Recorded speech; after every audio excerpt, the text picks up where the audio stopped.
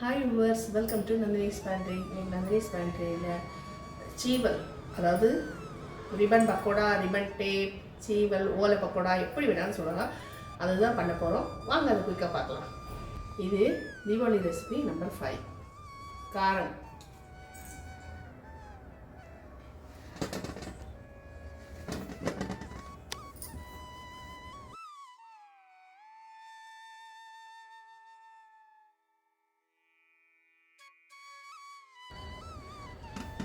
4 cup மாவு எடுத்திருக்கேன் நான். இது வெறும் அரிசி மாவு தான், திரிச்ச மாவு. இது வந்து ரைஸ் மில்ல திரிச்ச மாவு. சலிக்கிறதுக்காக தான் நான் இதில் போடுறேன்.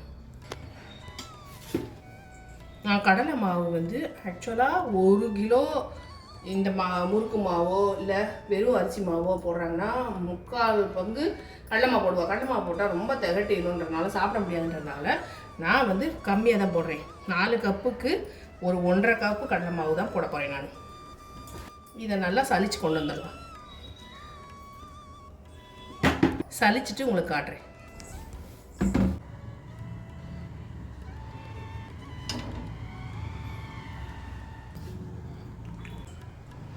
இந்த மாவை நல்லா சலிச்சாச்சு. இப்போ இதில் உப்பு, பெருங்காயம், காரப்பொடியெலாம் சேர்த்துக்கலாம்.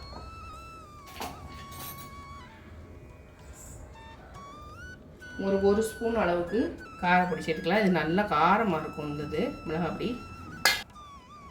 இது வந்து 1/4 ஸ்பூன். இது ஆக்சுவலாக 1 ஸ்பூன் சேர்த்துக்கலாம்னு சொன்னேன். இதில் 4 சேர்த்தாச்சு. உப்பு தேவையான அளவு. இதில் வந்து டைரெக்டாக சேர்க்கலாம். நம்ம மாவெல்லாம் நல்லா சலிச்சாச்சு. உப்பு, பெருங்காயம் வந்து டைரெக்டாக அதில் சேர்த்துடலாம்.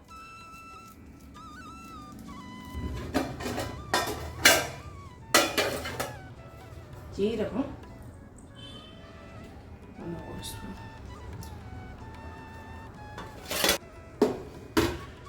எள்ளும் சேர்த்துக்கலாம்.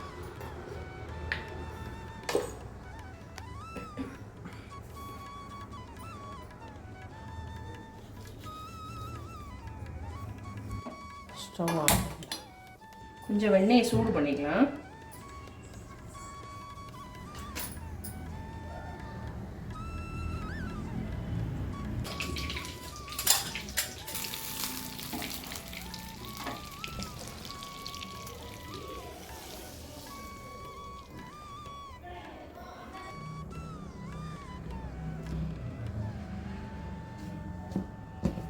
நல்லா கலந்து விட்டுடலாம்.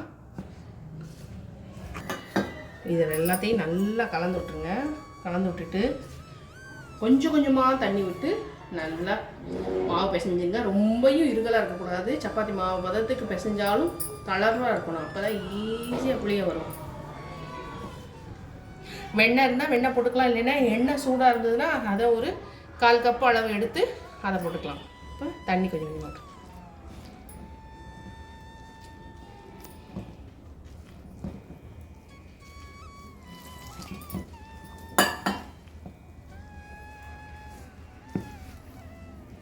பிசைஞ்சிட்டு காட்டுறேன். இதில் எந்த ஒரு ஆர்டிஃபிஷியல் கலரு எதுவுமே நான் சேர்க்கலை. அதாவது இது நல்லா மஞ்சள் கலரில் இருக்கணும், ஃபுட் கலர்லாம் சேர்க்கணும். ஆனால் நான் அதெல்லாம் சேர்க்கலை. நான் சேர்க்காமலே இது அழகாக வரும்.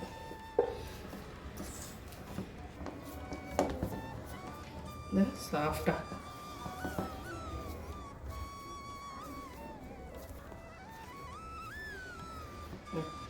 பிள்ளையார் பிடிச்சிடலாம்.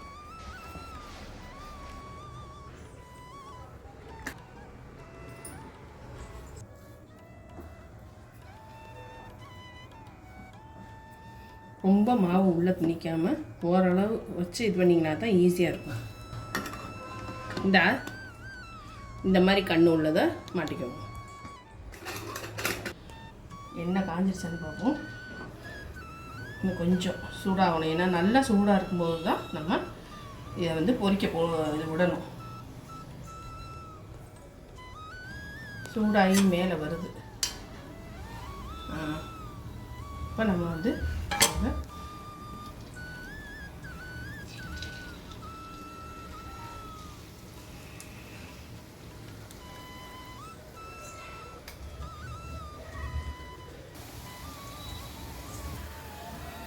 நல்லா மெதுவாக திருப்பி விட்டோம்னா சூப்பராக ரெடி ஆகிடும். கொஞ்சம் நான் எண்ணெயை முறிக்க மறந்துட்டேன், அதனால தான் அப்படி இருக்குது.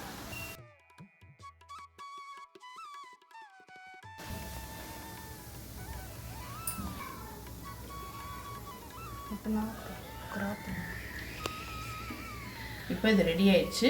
நம்ம இதை வந்து டிஷ்யூ பேப்பரில் மாற்றிக்கலாம். இதே மெத்தடில் எல்லாத்தையும் இதேமாதிரி பொரிச்சு எடுத்துடலாம். இதே மாதிரி எல்லா இதையும் பொரிச்சு எடுத்துடலாம். சூப்பரான யம்மியான தீபாவளி பக்ஷணம், ஓலை பக்கோடா, ரிப்பன் டேப், எப்படி வேணும்னு சொல்லுவோம், அது ரெடி ஆயிடுச்சு. கண்டிப்பாக இந்த ரெசிபியை ட்ரை பண்ணி பாருங்கள். எண்ணெய் சட்டியில் செய்யும்போது கேர்ஃபுல்லாக செய்யுங்க. ரொம்ப பக்கத்தில் சின்ன குழந்தைங்கள்லாம் இருந்ததுன்னா அவள் தூங்குகிற நேரத்தில் இந்த மாதிரி பண்ணிடுங்க. அது வந்து ஒரு டிப்ஸு. ஏன்னா தூங்கும்போது கடை பண்ணி முடிச்சிடலாம். கண்டிப்பாக இந்த ரெசிபி உங்களுக்கு பிடிச்சிருக்கு நம்புறேன். வீடியோ பிடிச்சிருந்தா லைக் பண்ண மறந்துடாதீங்க. மறக்காமல் நந்தினி ஸ்மைலை சப்ஸ்கிரைப் பண்ணிடுங்க. தேங்க்ஸ் ஃபார் வாட்சிங். பாய் பாய். உடச்சி காட்டுறேன் எவ்வளோ ஈஸியாக அழகாக உடையுதுங்க. சூப்பர்மா.